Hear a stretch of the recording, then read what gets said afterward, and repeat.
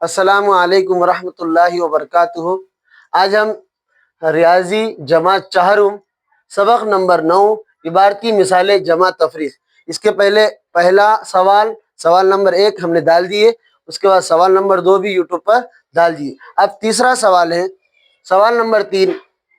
एक लाइब्रेरी में कहानियों की किताबें 1230 और शायरी की किताबें 150 है। बताइए उस लाइब्रेरी में कुल कितनी किताबें हैं। कुल आ गया, इसका मतलब दोनों की जमा करना है। ठीक है, अब यहाँ पर लाइब्रेरी में कहानियों की किताबें कितनी है? 1230। ठीक है, 1230। उसके बाद है शायरी की किताबें, शेर व शायरी जो बोलते हैं, शायरी की किताबें 150 है। अब यहाँ पर ऊपर वाला अदद 4 इंची है, लेकिन नीचे वाला अदद 3 इंची है। तो हमें क्या करना है? इकाई के नीचे इकाई डालना है, दाही के नीचे दाही डालना है, सैकड़े के नीचे सैकड़ा डालना है। ठीक है, अब यहाँ पर कुल बोले तो जमा आ गई।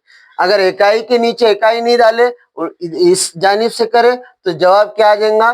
2730 आ जाएगा। 2730 आ जाएगा शायद।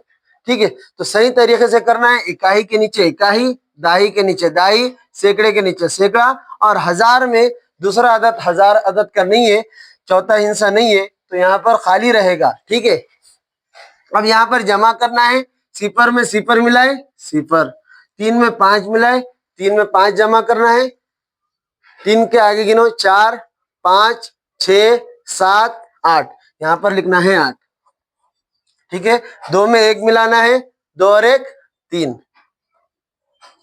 और 1 के नीचे कुछ नहीं है, इसका मतलब 1 का 1। तो यहाँ पर कुल किताबें कितनी है? 1380 है। तो यहाँ पर लिखना है लाइब्रेरी में